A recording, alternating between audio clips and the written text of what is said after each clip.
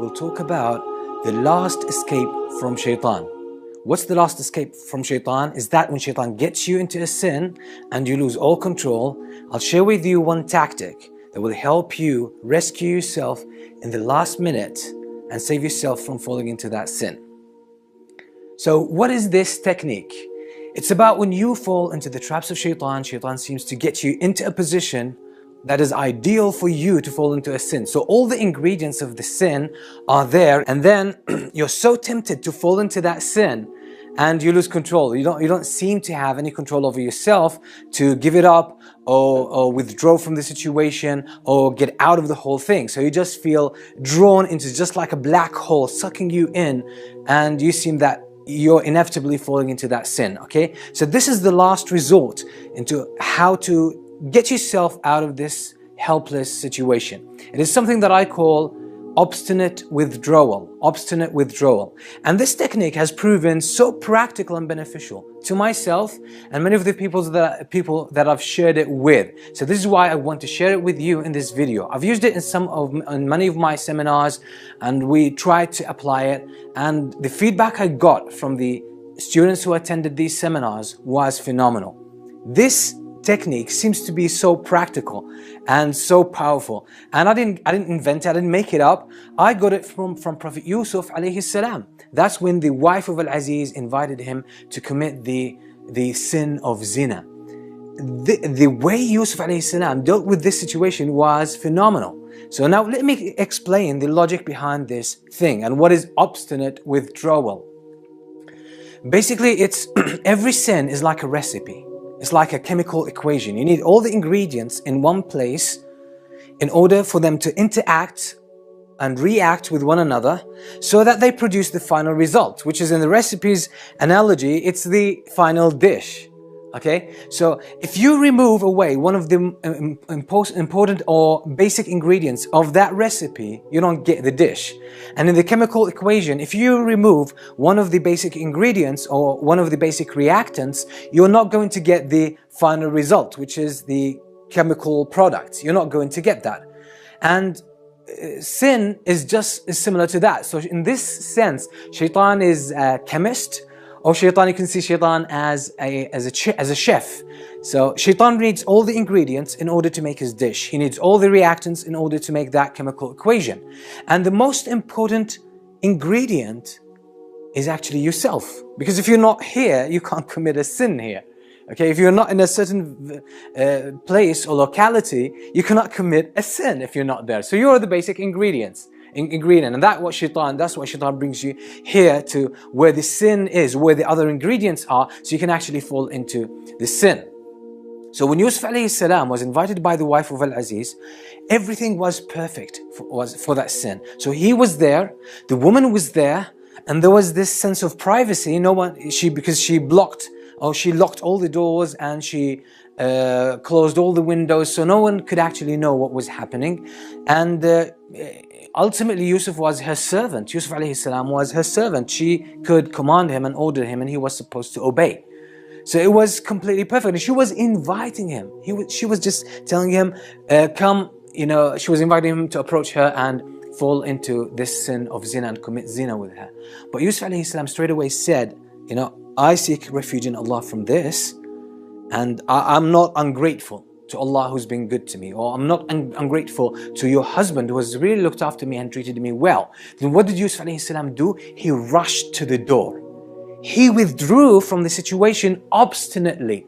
He did not let himself have any second thoughts about it. He did not let himself contemplate and say, let me see, maybe I can get out of this, or maybe I'll just approach her a little bit and not go all the way with that sin. He didn't say any of that. He just closed his mind, closed his thinking process, and made his ultimate focus on one thing, that's getting out of this place. You're removing the basic ingredient. And that's why I call it obstinate withdrawal. It's like stubborn, adamant withdrawal from the scene of the sin. So once you get out of that scene, you can't commit the sin because you're out of it. The ingredients are not there. Okay? So simply you can't commit a sin. So what do? Basically, once you feel yourself trapped, Shaitan has got you, okay, all the ingredients of this sin are there, including yourself, and you're tempted, and you feel that, black hole of sin is sucking you in so powerfully, and the pull is so overwhelming, and you can't seem to control yourself. All you need to do is just, sort of close that thinking process, halt it. Bring it to a halt where you don't think anymore. And all you have to do is just tell yourself, I'm getting out of here. I'm just getting out of here, and pull yourself. You could actually start running.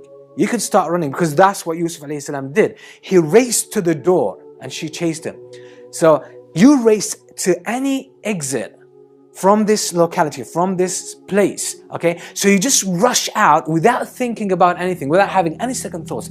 Let your whole focus, your whole motivation, your whole, intention be focused on just getting out of this place.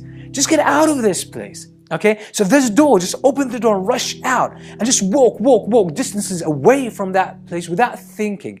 And just to block your thinking, you can actually start just talking to yourself, repeating certain things, saying, I'm just out of here, I'm out of here, I'm out of here, I'm out of here, I'm out of here. What that does, it distracts your attention from focusing on the sin and the pull of the sin. And what it also does, it stops you thinking about, maybe, the enjoyment you might get from that sin. So just say, you block your whole thinking process by saying this, and by physically moving out of this, adamantly getting out of that place, and then you can't fall into this sin. And usually what happens with sin, and that's something that I learned from practice and from the feedback that I get usually from people, is that sin has high time, prime time. It's sometimes 5 minutes, 10 minutes, or maybe an hour. So once you get yourself out of that locality, out of that vicinity where the sin is about to happen, where the other ingredients of the sin are there, you get yourself out of it, okay, for about half an hour, okay, or maybe for about an hour, okay, maybe sometimes 5 minutes. Your desire by that time has subdued, has taken a dip. So then you don't feel that so much tempted. So in your weakest moments, you manage to get yourself out of danger, and now you're in more control after you got out of this vicinity. So that's what I call obstinate withdrawal. Try this with helpless situations. It is so powerful. It has worked perfectly for me. It has worked perfectly for so many people that I know, okay? And it just pays off. Some people have tried it, but it didn't work out for them, and the reason is they did not practice it, they did not rehearse it at times of ease. As I usually say in my videos, if you notice this, that you need to practice certain things at the times of ease, and they will come to your rescue at times of hardship. They will come in handy.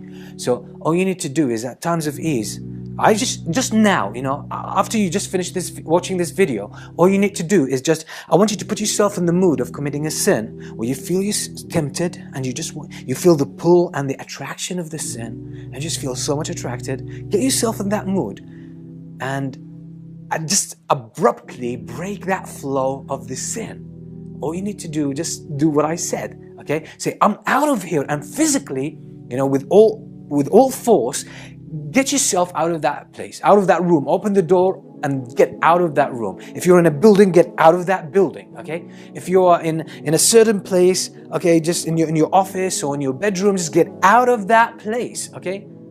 That's a rehearsal. It's not a real situation. Do that 10 times, and by doing this, you hardwire your brain, to develop a new habit, and that is basically to break the flow of any temptation you have, so you can do it.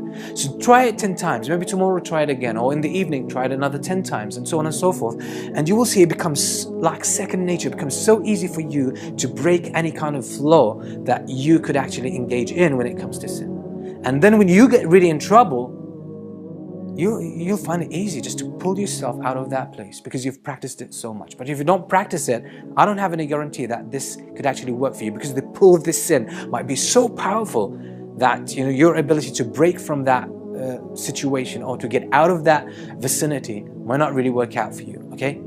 So you need to practice it. This has proved very practical for people, especially young people, who are tried with watching pornography.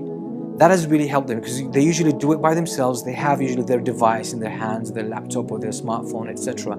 And they are by themselves in that privacy, and they feel the temptation. So what they try to do is actually, throw that device out of their hands, or if it's a laptop, just leave it and get out of that place. Just say, I'm out of here, I'm out of here. Or just say to yourself, I don't want to commit a sin, I don't want to commit a sin, I don't want to commit a sin.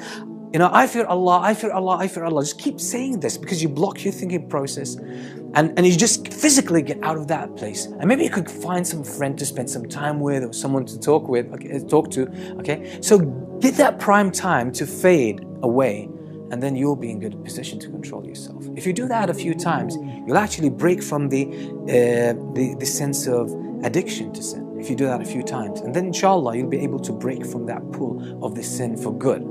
So hopefully you found this beneficial, and if you did, please share it with your friends, with your family, and create that positive ripple effect. So hopefully it will help save more people from the temptation of shaitan, from the tricks and traps of shaitan. It's a very simple advice, but as I said, you need to practice it at times of ease, so it comes in handy at times of hardship when you truly need it.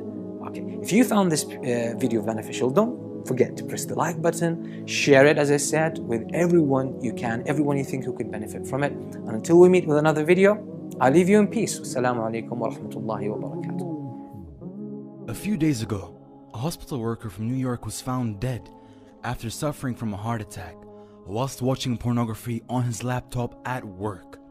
The 48-year-old man, who was unnamed, was found by a shocked co-worker who found him slumped in his chair whilst the pornographic video continued playing in the background.